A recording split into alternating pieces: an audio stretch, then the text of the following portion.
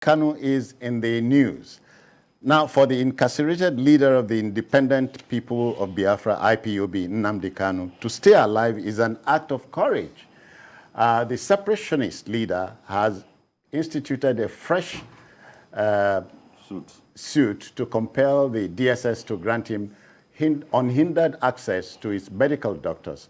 Kanu would also need his doctors to conduct an independent examination to ascertain his state of health. For him, an order of mandamus, that is an order issued by a court at an appropriate time to allow him unhindered access to his medical doctors so they can conduct an independent examination of his deteriorating health condition, is trite. Kanu is not asking for too much today. Yes, I think on October 21, 2021, Justice Binta Mritalan Yaku ordered that he be allowed access to 3 persons of his choice, including his medical doctors. That is why Kanu has invoked Section 7 of the Anti-Terrorism Act 2017, which provides that a person arrested, detained, or undergoing custodial investigation shall have the right to demand a physical and psychological examination by an independent and competent doctor of his own choice after interrogation, which shall be conducted outside of the influence of the police or security forces. That is what the law says. The law under Section 7 of the Anti-Terrorism Act of 2017 permits him to receive medical examination independent of the DSS, which means he should be able to bring his own people to check his state of health and all that. And this is what is demanding for now. I don't know what the situation has been, but he's saying that he needs his doctors to conduct an independent examination to ascertain his state of health. Mayor, the law is the law. Yes. So if the law grants him the permission to seek advice from his medical doctor, he should be granted that. Absolutely. And apart from the fact that it's the law, as a citizen of Nigeria, is also entitled to his freedom. And no matter what he must have done, yes, the state has the right to put him on trial if he has violated the law. Yeah. But also, he has the right to life. So they cannot deny him the necessary health support from his doctors. Yeah. I think he doesn't even need to seek for an order of mandamus for him to be able to get that.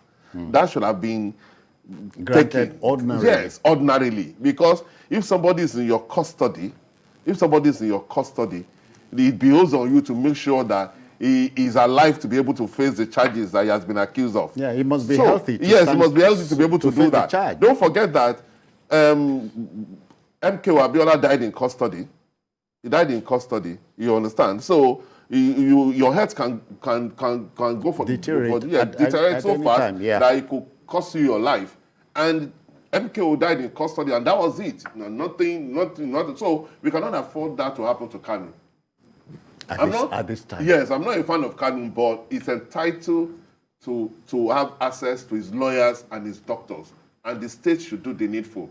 He doesn't need an order of the court to be able to do that. They should know that he should be entitled to see. He should have access to his doctors and his lawyers. Jide, and we can slip in the issue of political victory for the federal government regarding the case.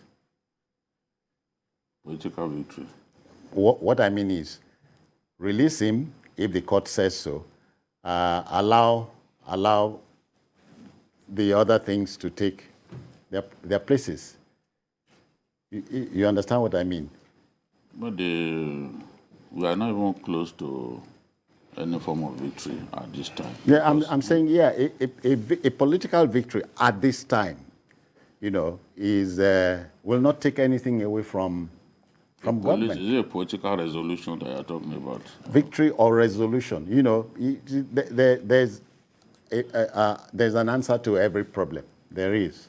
And I've always thought that, look, we can find a political solution to the problem, but some of the hawks in the seat of power believe that there's no need for that, and that the court case should go on. But if we insist that the court case should go on, then you must obey every order of the court. You can't say the court case should go on, and when the court case goes against you, you start looking for other means of keeping the guy in detention in perpetuity.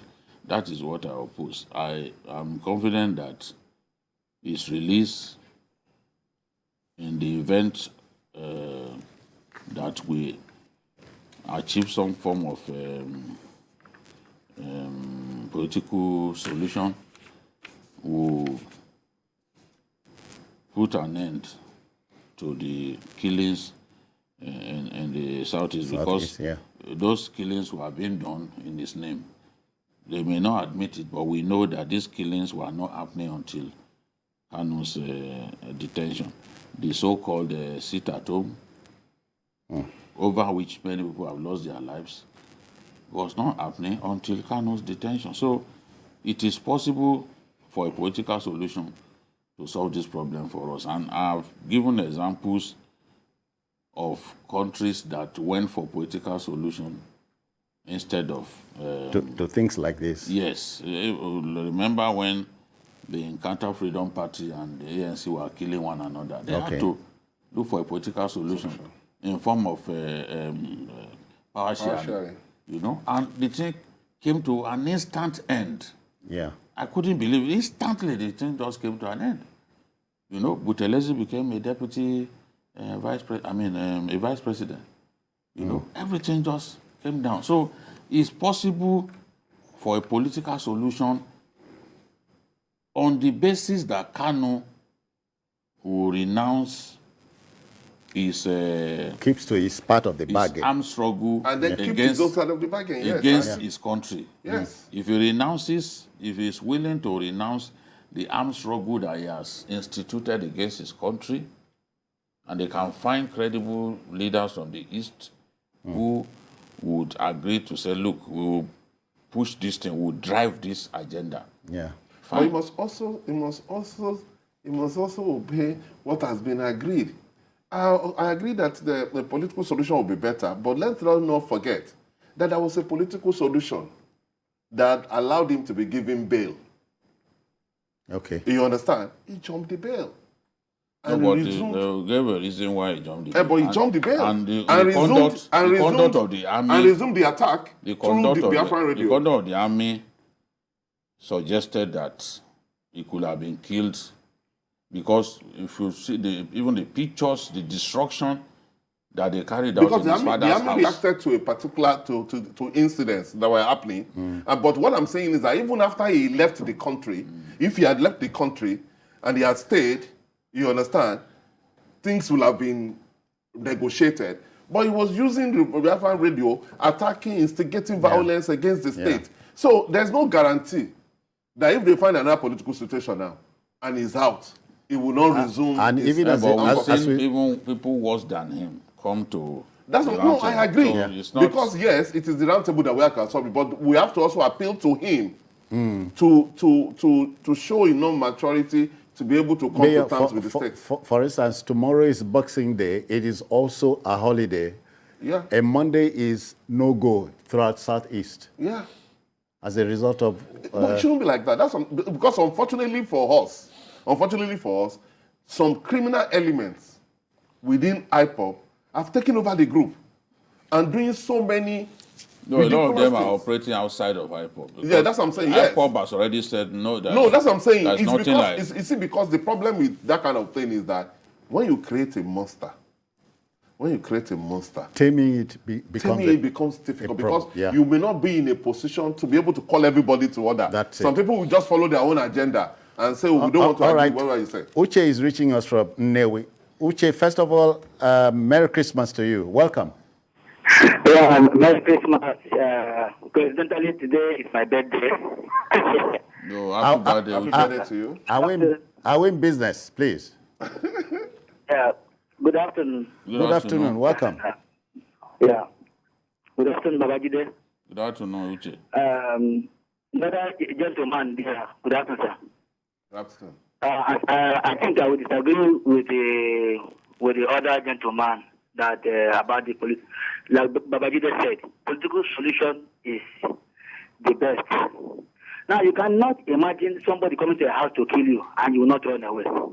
The army went there to kill the man, and he has to run away. It's only tree that you tell that you are going to kill tomorrow morning, and the tree will still be standing the next day for you to kill him.